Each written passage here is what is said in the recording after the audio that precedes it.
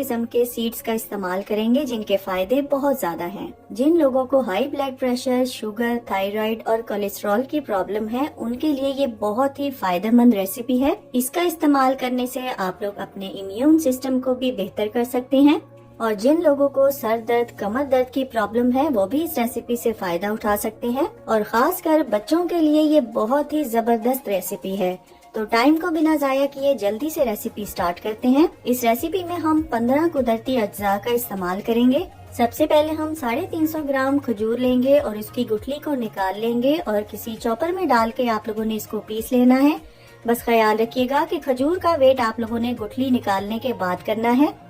अब 9 से 10 अंजीर के दाने लेंगे जिनका वजन 75 ग्राम तक होना चाहिए और छुरी की मदद से आप लोगों ने इसको छोटा छोटा चॉप कर लेना है। मुझे व्हाइट वाली अंजीर ही मिली थी, आप लोगों के पास जो भी आसानी से अवेलेबल हो आप लोग वही इस्तेमाल करेंगे। अब एक पैन में 2 टेबलस्पून देसी घी डालेंगे। अब 1 कप यानी 150 ग्राम के बराबर आप लोगों ने मोटे मोटे टुकड़ों में कटे हुए बादाम शामिल करने हैं। बादाम को लो फ्लेम पर कुछ सेकंड के लिए रोस्ट करेंगे। बादाम दिल और दिमाग की सेहत के लिए बहुत ही फायदेमंद होते हैं। अब आधा कप मोटे टुकड़ों में कटा हुआ काजू शामिल करेंगे जिसका वजन 75 ग्राम तक होना चाहिए और आधा कप मोटे टुकड़ों में कटा हुआ अखरोट डालेंगे जिसका वजन 50 ग्राम तक होना चाहिए।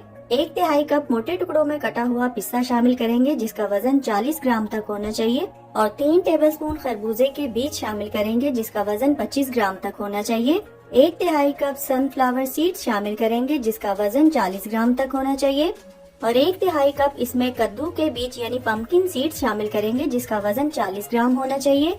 3 टेबलस्पून अलसी के बीज शामिल करेंगे जिसका वजन 30 ग्राम तक होना चाहिए और 3 ही टेबलस्पून सफेद तिल शामिल करेंगे जिसका वजन 20 ग्राम तक होना चाहिए।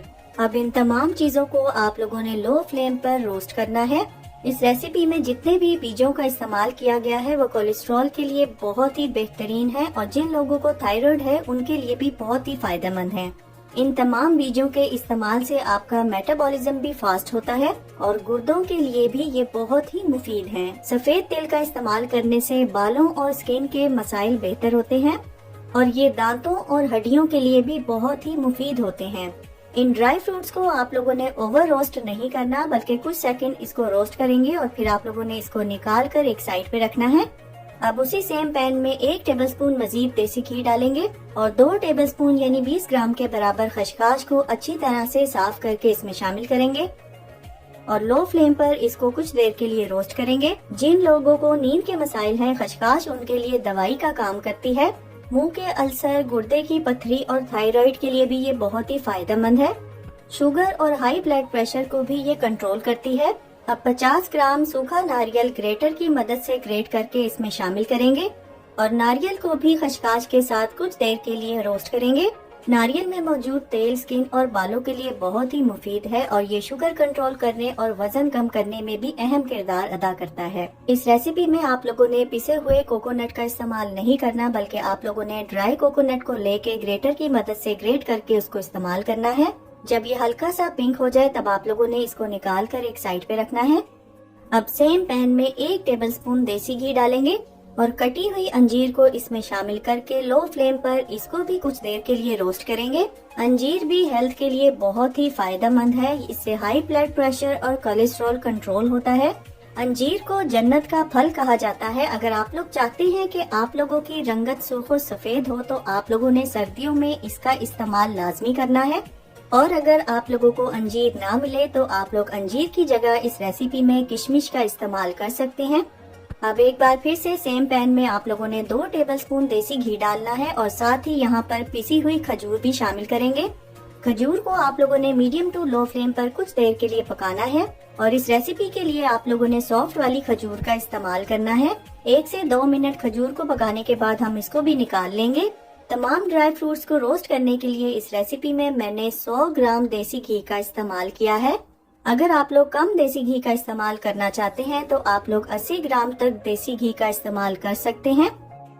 अब एक खुले बर्तन में रोस्ट किए हुए ड्राई फ्रूट शामिल करेंगे। साथ ही आप लोगों ने खसखस और कोकोनट को भी शामिल करना है और रोस्ट की हुई अंजीर और खजूर को भी इसमें डाल देंगे और 1 टीस्पून के बराबर आप लोगों ने इलायची का पाउडर शामिल करना है। अगर आप लोगों को इलायची नहीं पसंद तो आप इसको स्किप भी कर सकते हैं। इस स्टेज पर आप लोगों ने इसको हाथ से बिल्कुल नहीं मिक्स करना, क्योंकि यहाँ पर खजूर बहुत ज्यादा गर्म होगी, आप लोगों का हाथ जल भी सकता है। पहले आप लोगों ने इसको चम्मच से अच्छी तरह से मिक्स करना है। जब इसका टेम्परेचर डाउन हो तब आप लोगों ने इसको हाथ से अच्छी तरह से मिक्स करना है और मिक्सचर को हाथ में दबाकर चेक करेंगे। जब ये इकट्ठा हो जाए तो समझ जाइएगा कि बॉल्स बनाने के लिए ये रेडी है। अब यहाँ पर आप लोगों ने अपनी मर्जी के हिसाब से मिक्सचर लेना है और इसको दोनों हाथों में दबा दबा कर पहले यकजान करेंगे और दबाते हुए ही आप लोगों ने इसको बॉल यानी लड्डू की शेप देनी है। अगर आप लोग चाहें तो आप लोग इसको एक हाथ से भी तैयार कर सकते हैं।